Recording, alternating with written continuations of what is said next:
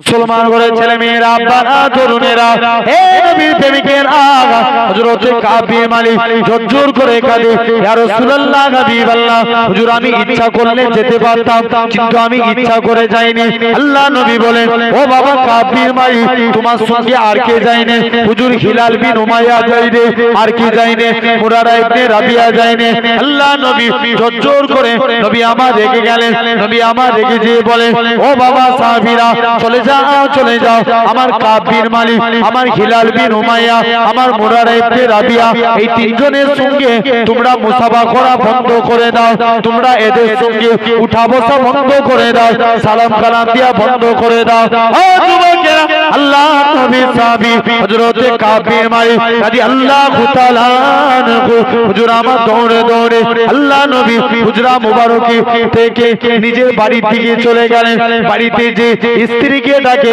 ও আমার স্ত্রী তুমি দরজা খুলে দাও স্ত্রী দরজা খুলে দিলেন স্ত্রী দরজা খুলে দিয়ে বলে ও আমার স্বামী আমি নিচের গেট দিয়ে চলে যাব কারণ রাসূলুল্লাহ যাকে বয়কট করেছে আমি স্ত্রীও তাকে বয়কট করে দিলাম হযরত হিলাল বিন উমাইয়া হযরত হিলাল বিন উমাইয়া জোর করে কাঁদে ও রাসূলুল্লাহ সাহাবীরা আমি হিলাল বিন কমে যায় আর কাছে থাকলে বাড়ে তাহলে আমরা কাছে হব তো বলি ইনশাআল্লাহ তো জেনে রাখেন আমি যে আলোচনা করছিলাম আমার ভাই আব্বারা তরুণেরা আল্লাহ রাসূলের এক সাহাবী ছিলেন যিনার নাম ছিল কাব বিন মালিক কি নাম বললাম হযরত কাব বিন মালিক যিনি আল্লাহ নবীর দরবারে একদিন গেছে ইসলামে একটা সন্ধি হয়েছিল যে সন্ধির নাম হুদায়বিয়ার সন্ধি কিসের সন্ধি হুদায়বিয়ার সন্ধি হযরত কাব বিন মালিক রাসূলের দরবারে যে পৌঁছে গেছে নবীর দরবারে যে বলছে হুজুর বিয়াদবি maaf করেন আমি কাব বিন মালিক একটা অন্যায় করে ফেলেছি আমার গুনাহটা কি maaf হবে আল্লাহ নবী বলছে কি অন্যায় করেছো বলছে হুজুর না আমি বলবো না পরে বলবো বলছে বলো ইসলামে হুদায়বিয়ার সন্ধি হয়েছিল মুসলমানদের সংখ্যা ছিল ৩০,০০০ কত ছিল ৩০,০০০ কাফেরদের সংখ্যা ছিল ১ লাখের উপরে কাব বিন মালিক জোর করে কাঁদে ইয়া রাসূলুল্লাহ হাবিবাল্লাহ হুজুর আজকের দিনে আপনার কাছে এসেছি আমি হুদায়বিয়ার সন্ধিতে যেতে পারিনি আল্লাহ নবী বলছে বাবা যেতে পারোনি তো কি হয়েছে বলছে না তুমি কি আর ইচ্ছা করে যাওনি যেতে পারোনি মুসলমান করে ছেলে মেয়েরা আব্বারা তরুণেরা হে নবীর প্রেমিকেরা হযরত কাব বিন মালিক জোর করে কাঁদে ইয়া রাসূলুল্লাহ হাবিবাল্লাহ হুজুর আমি ইচ্ছা করলে যেতে পারতাম কিন্তু আমি ইচ্ছা করে যাইনি আল্লাহ নবী বলেন ও বাবা কাব বিন মালিক তোমার সঙ্গে আর কে যায়নি হুজুর হিলাল বিন উমাইয়া যায়নি আর কি যায়নি মুরারা ইবনে রাবিয়া যায়নি আল্লাহ নবী জোর করে নবী আমার রেগে গেলেন নবী আমার রেগে যেয়ে বলেন ও বাবা সাহাবীরা চলে যাও আমার কাব বিন মালিক আমার হিলাল বিন উমাইয়া আমার মুরারা ইবনে রাবিয়া এই তিনজনের সঙ্গে তোমরা মুসাফা করা বন্ধ করে দাও তোমরা এদের সঙ্গে উঠা বসা বন্ধ করে দাও সালাম কালাম দিয়া বন্ধ করে দাও ও যুবকেরা আল্লাহ নবী সাহাবী হযরত কাব বিন মালিক রাদিয়াল্লাহু তাআলা আনহু হুজুর আমার দৌড়ে দৌড়ে আল্লাহ নবী হুজরা মুবারকি থেকে নিজের বাড়ির দিকে চলে গেলেন বাড়িতে যে স্ত্রীকে ডাকে ও আমার স্ত্রী তুমি দরজা খুলে দাও স্ত্রী দরজা খুলে দিলেন স্ত্রী দরজা খুলে দিয়ে বলে ও আমার স্বামী আমি নিচের গেট দিয়ে চলে যাব কারণ রাসূলুল্লাহ যাকে বয়কট করেছে আমি স্ত্রীও তাকে বয়কট করে দিলাম হযরত হিলাল বিন উমাইয়া হযরত হিলাল বিন উমাইয়া জোর করে কাঁদে এ রাসূলুল্লাহ সাহাবীরা আমি হিলাল বিন উমাইয়ার হাতে দড়ি বেঁধে টেনে মক্কা মদিনার মসজিদে মিম্বারের সঙ্গে বেঁধে দাও কিতাবের সে হিলাল বিন উমাইয়ার হাতে ঘা হয়ে গিয়েছিল হিলাল বিন উমাইয়া কেঁদে তওবা করে আল্লাহ পাক হুদায়বিয়ার সন্ধিতে যেতে পারিনি আল্লাহ তুমি maaf করে দাও আল্লাহ যে দুনিয়ায় নবী নাই সেই দুনিয়া আমাদের বেঁচে থেকে লাভ নাই হযরত মুরারা ইবনে রাবিয়া কাঁদে ও যুবকেরা ও মুরব্বি বাপেরা 40 দিন তওবা চাইতে লাগে আমার আল্লাহ পাক জিবরাইল আমিনকে পাঠিয়ে দিলেন এ হযরত জিবরাইল চলে যাও আমার রাসূলুল্লাহকে যে জানিয়ে দাও ওই তিনজন সাহাবীকে আমি আল্লাহ ক্ষমা করে দিয়েছি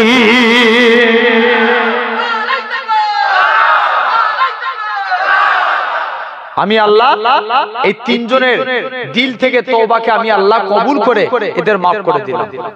তাহলে দেখেন আমরাও যদি দিল থেকে তওবা করি আল্লাহ মাফ করে দিবেন, পারে না? আমার আল্লাহ বলছে তো তোরা আমার কাছে মাফ চা, আমি আল্লাহ তোদের মাফ করব।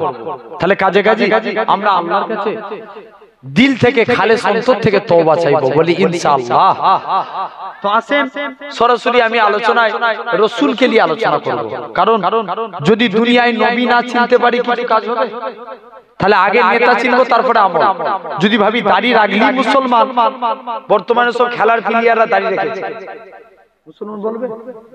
কথা বলো না, বলা যাবে?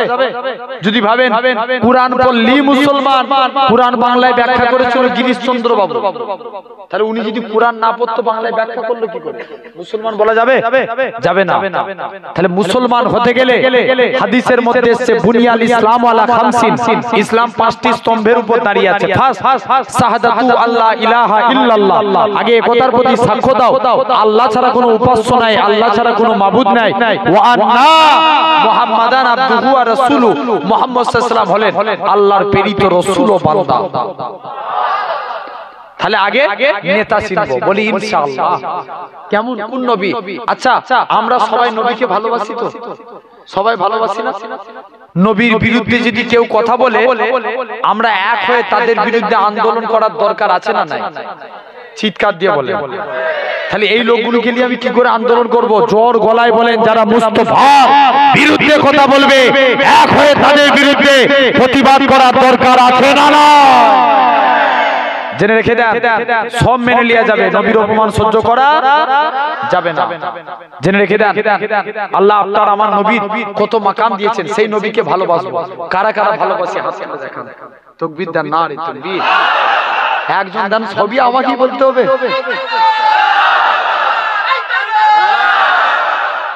এই যে আমরা হাত তুললাম, এর মধ্যে আবার আছে কিছু খুব চালাক, বুঝতেছেন? এরা হাত তুলবে না, বলে হুজুর হাত তুলছে বলেই তুলতে হবে, এরকম আছে না?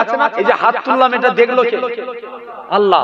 কার কোন জিনিসটাকে আল্লাহ কবুল করে নেবে কেউ বলতে পারবে? এই যে আমরা হাত তুললাম ভালোর জন্য না খারাপ জন্য? ভালোর জন্য, যে আল্লাহ আমরা নবী মানবো, নবীর গোলাম হবো, এই জন্য হাত তুললাম। মুসা নবী একদিন আল্লাহকে জিজ্ঞেস করছে, আল্লাহ আমি দেখতে চাই দুনিয়ার জমিনের সবথেকে নিকৃষ্ট ব্যক্তিকে, মানে গুনাহগার বান্দাকে। আল্লাহ বলছে মুসা তুই ওই রাস্তায় দাঁড়া, যে প্রথমে হেঁটে হেঁটে যাবে সে হবে গুনাহগার। মুসা নবী দেখে একটা বয়স্ক লোক বাচ্চা ছেলের হাত ধরে হেঁটে হেঁটে যাচ্ছে। মুসা নবী বলছে আল্লাহ দেখতে চাই আমি দুনিয়ার জমিনের সবথেকে নিকৃষ্ট ব্যক্তিকে আমি দেখলাম, নেককার বান্দাকে। আল্লাহ বলছে ওখানেই দাঁড়া, যে রিটার্ন ফিরে আসবে সে হবে নেককার। দেখে ওই লোকটাই আবার বাচ্চা ছেলের হাত ধরে হেঁটে হেঁটে আসছে। মুসা নবী তো কনফিউজ। মুসা নবী বলছে আল্লাহ কি কেমন করে সম্ভব? একই লোক যাবার সময় গুনাহগার, আসবার সময় কি হলো? কথা বলে নেককার, যাবার সময় গুনাহগার, আসবার সময় নেককার। কারণ কি? মুসলমান করে ছেলে মেয়েরা, আব্বারা, তরুণেরা, হে নবীর প্রেমিকেরা, আমার আল্লাহ জানিয়েছিলেন হে আমার কালিমুল্লাহ, হে আমার নবী মুসা ওই বান্দাখানা যখন রাস্তা দিয়ে হেঁটে হেঁটে যাচ্ছিল, তার ছেলেখানা বলতে লাগে আব্বা জান দুনিয়া বড় না প্রথম আসমান বড়। বাপখানা বলতে লাগে বাবা ছেলে দুনিয়া থেকে প্রথম আসমান বড়। ছেলে আবারও বলে ও জনমদাতা বাপ, ও জনমদাতা বাপ, প্রথম আসমান বড় না দ্বিতীয় আসমান বড়, দ্বিতীয় আসমান বড়, দ্বিতীয় আসমান বড় না তৃতীয় আসমান, তৃতীয় আসমান বড়, এরকম ভাবে সাত তবক আসমান বড়। ছেলে আবারও বলে আব্বা জান সাত তবক আসমানের থেকে কি বড়? বাপ খানা জবাব দেয় বাবা ছেলে সাত তবক আসমানের থেকে আমি তোর আব্বা আমার গুনাহখানা বড়। ছেলে আবারও বলে ও জনমদাতা বাপ, ও জনমদাতা বাপ, আপনার গুনাহ থেকে কি বড়? বাপ খানা জবাব দেয় বাবা ছেলে আমার গুনাহ থেকে আমার আল্লাহ পাকের দয়া, আল্লাহ রহমত খানা বড়। হে নওজোয়ান যুবকেরা, আমার আল্লাহ জানিয়েছিলেন হে আমার কালিমুল্লাহ, হে আমার নবী মুসা আমি আল্লাহ পাক তার এতটুকু কথাকে কবুল করে নিয়েছি। আমি আল্লাহ কবুল করে নিয়ে আমার বান্দাটার জীবনে পাখার পাখার গুনাহটাকে আমি আল্লাহ ক্ষমা করে দিয়েছি।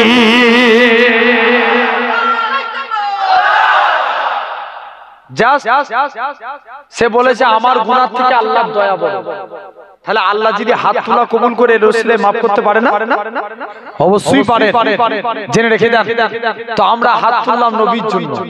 আচ্ছা বলেন, নবীকে ভালোবাসবো, আলহামদুলিল্লাহ ভালো কথা। যদি নবীর সুন্নত না মানি, নবী মানা হবে? কথা বলেন না কেন? আগে কি মানতে হবে? সুন্নাত।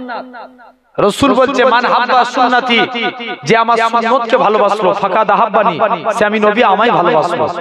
ওমান আহাব্বানি, যে আমি নবী আমায় ভালোবাসলো, কান আমায় ফিল জান্নাত, আমি রাসূল কথা দিলাম তাকে জান্নাতে না নিয়ে যে আল্লাহর দয়ার জান্নাতে যাব না।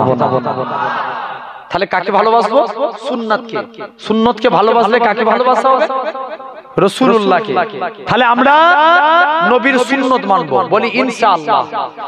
জোর করে বলি না? জেনে রেখে দেন আমার সোনার ভাইরা। তো এখন বলেন, একটা দিনে যদি একটা সুন্নত মানি, বছরে কটা মানা হবে? এই তো এইখানে চলে যান, ওই কোনটায় কে হানালে উপরে চলে আসেন, এখানে বসে দেখা হবে তো। চলে আসেন, জেনে রাখেন আমরা সুন্নত মানবো। তাহলে দিনে যদি একটা মানি, বছরে কটা মানা হবে? অঙ্ক জানুনি কটা? 365। ধরেন দিনে মানতে হলো না, মাসে একটা মানবেন, বছরে কটা হবে? 12টা। মাসে একটা সুন্নত মানেন। এই যে এখানে অনেকে স্যুট পরে বসে আছে, উনি কি স্যুট পরেন? আমি পড়তে নিষেধ করছি না, তবে একটা সিস্টেমে পড়বেন, গাঁটের উপরে থাকে, গাঁটের নিচে চলে গেলে কি হারাম হবে। এক বান্দা অহংকারের সহিত হাদিস এসেছে গাঁটের নিচে পায়জামা পরে যাচ্ছিল, হাদিস এসেছে সে মাটির নিচে যাচ্ছে, কিয়ামত পর্যন্ত মাটির নিচে ঢুকতে থাকবে। তো আমরা সুট পরব, এই থেকে নিয়ত করে নেন সুট পরেন, ভালো জিনিস। আপনি যখন সুট পরবেন তখন আগে ডান পাটা গলাবেন। কোন পা? ডান পা।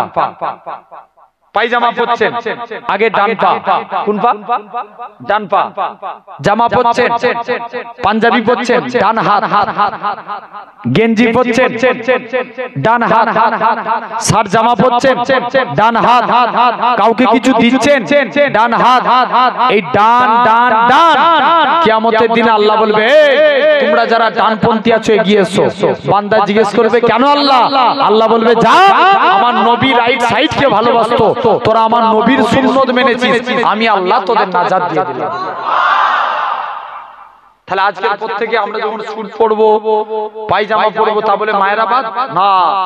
মায়েরাও যখন পায়জামা পরবেন, ডান পা, জামা পরলে ডান হাত, এই রাইট সাইড কে ভালোবাসবো। কে ভালোবেসেছিল? নবী ভালোবেসেছিল। একটা সুন্নাত। 2 নাম্বার, আমরা যখন নখ কাটবো, কে কোন আঙুলের নখ আগে কাটেন আমি জানি না, তবে আমি যেদিন থেকে পড়েছি আমি এভাবে কাটছি, আপনারাও কাটেন। আজকে বলে যাচ্ছি এই আঙুলটার নাম কি? কোন হাতে? ডান হাতে। আপনি যখন নখ কাটবেন, ডান হাতে সাদা আঙুলের নখ প্রথম কাটবেন, পরস্পর কেটে আসবেন। বাম হাতের বুড়া আঙুল পরস্পর কেটে গেলেন, বাম হাতের বুড়া আঙুল, ডান হাতের বুড়া আঙুল, ঠিক এভাবে পায়ের নখ কাটবেন। এভাবে যদি নখ কাটতে পারেন, আল্লামা নববী রাহমাতুল্লাহ আলাইহি বলছেন এটা সুন্নতে রাসূল অনুযায়ী নখ কাটা। তাহলে পালন করতে পারবো না? বলেন ইনশাআল্লাহ। আর সবথেকে বড় সুন্নত হলো দাড়ি। দাড়ি কেটে যদি দুনিয়ায় ঘুরি, নবী বলছে, ইমাম গাজ্জালি রাহমাতুল্লাহ আলাইহি বলছেন, নবী বলেছেন যে দাড়ি কাটলো সে আমার উম্মতি নয়। কিয়ামতের দিন নবী যদি উম্মত বলে অস্বীকার করে, নাজাত পাবো? জোর করে বলো। তাহলে নাজাত মিলবে না। আর দাড়ি রেখে যদি কবরে যায়, আল্লাহর ফেরেশতারা দেখলেই চিনবে এটা গোলামে মুস্তাফা। জোরে বলে। তাহলে এতগুলো মানুষ বসে আছে, দেখি আপনারা নবীকে ভালোবাসেন? নবীর একটা সুন্নত ভালোবাসবেন, তবে নবীকে ভালোবাসা হবে।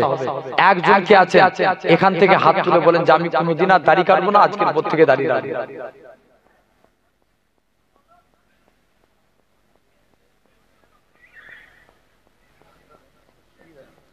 হয়ে গেছে না? হে সুন্নতকে মহব্বত করি আমরা, তাহলে কি নবীকে ভালোবাসবো? একজন সিরেফ একটা ভাইকে বলছি যে একজন হাত তুলে বলেন আপনার লজ্জার কারণ কোনো লজ্জা নাই, আপনার থেকে তো অন্যজন শিক্ষা নেওয়া উচিত। ওই মানুষটা ইসলামের দিকে ফিরে এসেছে। একজন হাত তুলে বলেন দেখি যে আমি দাড়ি রাখবো আজকের পর থেকে। আপনি রাখবেন কি নাম? তুমি তো রেখেছো, তাহলে তুমি আমার হাত তুলছো কেন? হাতে মালি, তাই তো?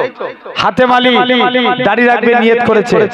আমি দোয়া করি আল্লাহ আমার হাতেম ভাইয়ের সঙ্গে যেন মুস্তাফা নবীর দিদার নসিব করিয়ে দেন। বলেন আল্লাহুম্মা আমিন। তাকবীর দেন, নারে তাকবীর। আল্লাহ কবুল করে নেন। আমার সোনার ভাইরা, তাহলে কোন নবী কত আল্লাহ মাকাম দিয়েছেন। আরবের একটা সিস্টেম ছিল, বিধবা মেয়েরা গায়ে আতর মাখতে পারবে না। কি মাখতে? আতর। আমার এলাকাতে সিস্টেম আছে, বিধবা নারীরা হাতে চুড়ি পরতে পারে। জোরে বলো না, চুড়ি পরতে পারে না। তারা নাক ছাবি পরতে পারে পারে না, কালারিং শাড়ি পরতে পারে না। এটা আমার এলাকার সিস্টেম। আরবের সিস্টেম, বিধবা নারীরা কেউ গায়ে আতর মাখতে পারে না, পারে না। কিন্তু আমিনার পেটে দু জাহানের বাদশা আল্লাহ রাসূলের আব্বা আব্দুল্লাহ ইন্তেকাল হয়েছে। আমিনার পেটে দু জাহানের বাদশা দেখতে পাওয়া যায়। আব্দুল্লাহ ইন্তেকাল হয়ে গেছে, আমিনা বাড়িতে কাজ করে। আমিনা শরীর দিয়ে খুশবু বেরোয়, গোটা মক্কার জমিনে ছড়িয়ে যায়। সবাই মিলে বলে ইয়া আমিনা কেমন মেয়ে, স্বামী মারা গেছে আতর মাখছে। আব্দুল মুত্তালিব মক্কার সর্দার ছিলেন, লজ্জায় মাথা হেঁট হয়ে যায়। তাড়াতাড়ি করে এসে নিজের স্ত্রীকে এসে আব্দুল মুত্তালিব জিজ্ঞেস করছে, স্ত্রী আমিনা কোথায় খুশবু পেলো? স্ত্রী বলছে, স্বামী আমিও কদিন ধরে দেখছি আমিনা যখন গোসলখানায় ঢুকে যেন মনে হয় কে গোসলখানায় আতর ঢেলে দিয়েছে।